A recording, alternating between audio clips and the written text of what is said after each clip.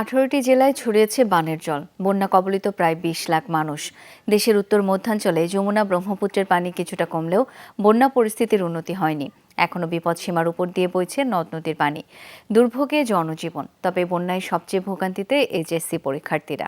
Design, elegance, beauty, সেরা পণ্য সবার জন্য। জেভিকো।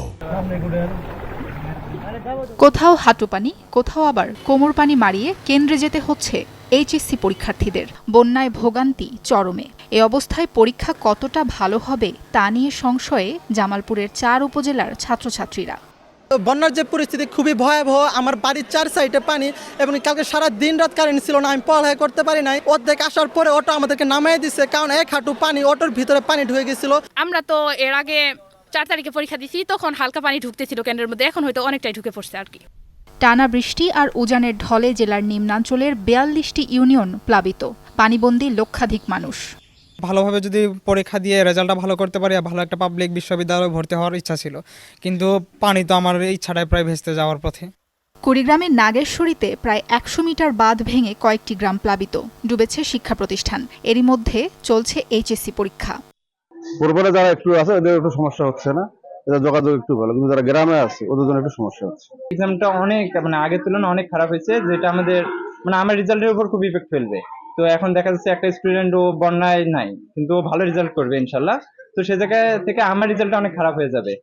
বন্যা পরিস্থিতির উন্নতি নেই লালমনিরহাট, রংপুর আর গাইবান্ধায়। তিস্তা, ধরলা উপচে প্লাবিত নিচু এলাকা। ডুবেছে রাস্তাঘাট, ফসলি জমি, বসতবাড়ি। আশ্রয়কেন্দ্র আর উঁচু স্থানে ঠাঁই নিয়েছে বন্যা কবলিত পরিবারগুলো।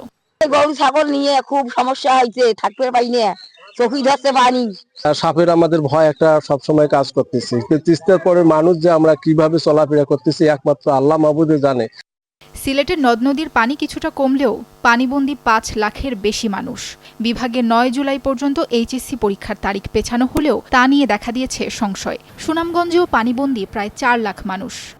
যেভাবে পানি বাড়তেছে, এভাবে পানি বাড়লে তো আমাদের অবস্থা খুব খারাপ হয়ে যাবে।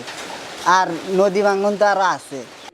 বন্যা কবলিতদের জন্য পর্যাপ্ত ত্রাণ মজুদ আছে জানিয়েছেন দুর্যোগ ও ত্রাণ প্রতিমন্ত্রী।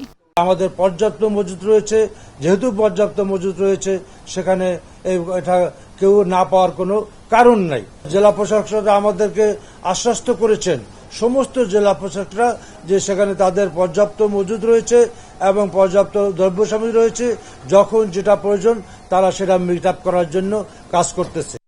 দুর্যোগ ও ত্রাণ মন্ত্রণালয়ের হিসাবে এখন পর্যন্ত 18টি বন্যা কবলিত জেলায় প্রায় 20 লাখ মানুষ পানিবন্দী। আশ্রয়কেন্দ্রে আছেন 40,000-এর বেশি বানভাসী। সাবরিনা লিজা, যমুনা নিউজ।